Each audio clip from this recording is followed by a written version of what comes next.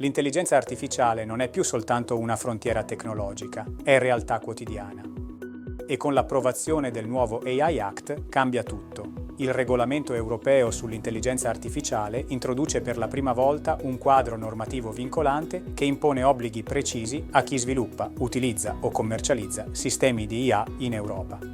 Parliamo di classificazione dei rischi, divieti, requisiti di trasparenza e sanzioni. Le regole ci sono e vanno comprese prima che entrino in vigore.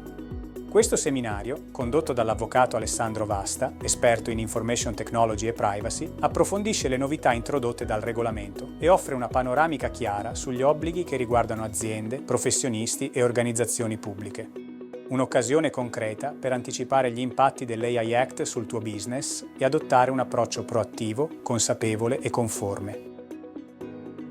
Il seminario è disponibile gratuitamente sul sito vegaformazione.it/seminari.